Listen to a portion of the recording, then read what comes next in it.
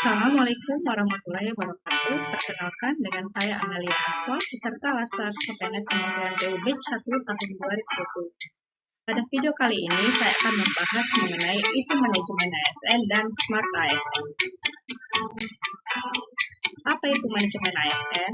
Manajemen ASN merupakan pengelolaan ASN yang menghasilkan pegawai ASN yang profesional, memiliki nilai dasar, etika profesi, serta bebas dari intervensi politik dan praktek KKR. Identifikasi isu yang saya angkat kali ini yaitu minimnya kanal umpan balik dari penyedia jasa, keterlambatan hasil tindak lanjut permintaan data eksternal, serta belum terintegrasinya inventarisasi barang milik negara. Dengan menggunakan teknik pemilihan per issue, teknik USG yaitu Urgency, Seriousness, and Growth, maka diperoleh total skor 14 untuk isu keterlambatan hasil tindak lanjut permintaan data eksternal.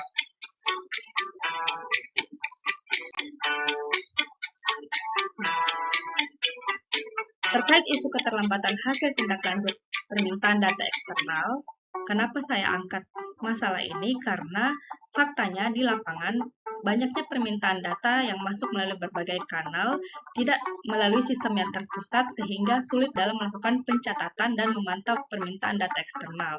Kemudian, apabila hal ini tidak diselesaikan, maka terdapat resiko menurunnya kepercayaan publik dan stakeholder terhadap transparansi Kementerian PU, kemudian terganggunya citra kelembagaan terutama dalam pelayanan dan keterbukaan informasi. Nah, keterkaitan isu ini dengan konsep manajemen dan Smart ASN yaitu menunjukkan perlunya pengelolaan kinerja ASN yang terukur, terstruktur, dan berbasis output. Kemudian, masih kurangnya pemanfaatan teknologi untuk pengelolaan dan penyediaan data. Isu ini bukan sekedar isu teknis, tetapi menyangkut reputasi dan efektivitas birokrasi. Penanganan yang lambat atau tidak sistematis terhadap permintaan data eksternal dapat menghambat reformasi birokrasi dan mengurangi kepercayaan publik terhadap Kementerian PU.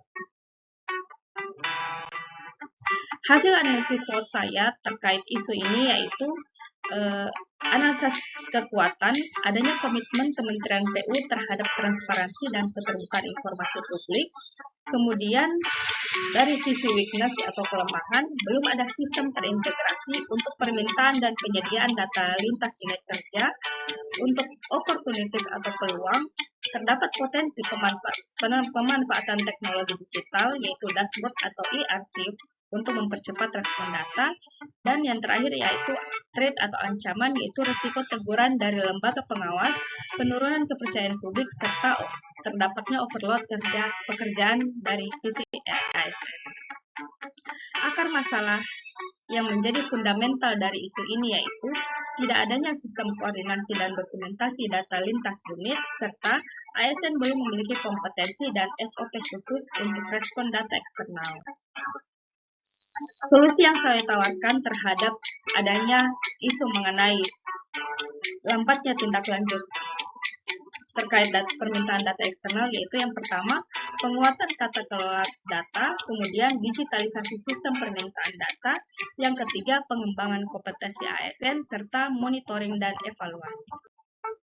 Rencana program ke depannya yaitu saya namakan respon data eksternal terintegrasi dengan manfaat strategi penguatan transparansi dan efisiensi informasi publik di Balai Wilayah Sungai Sulawesi II Gorontalo.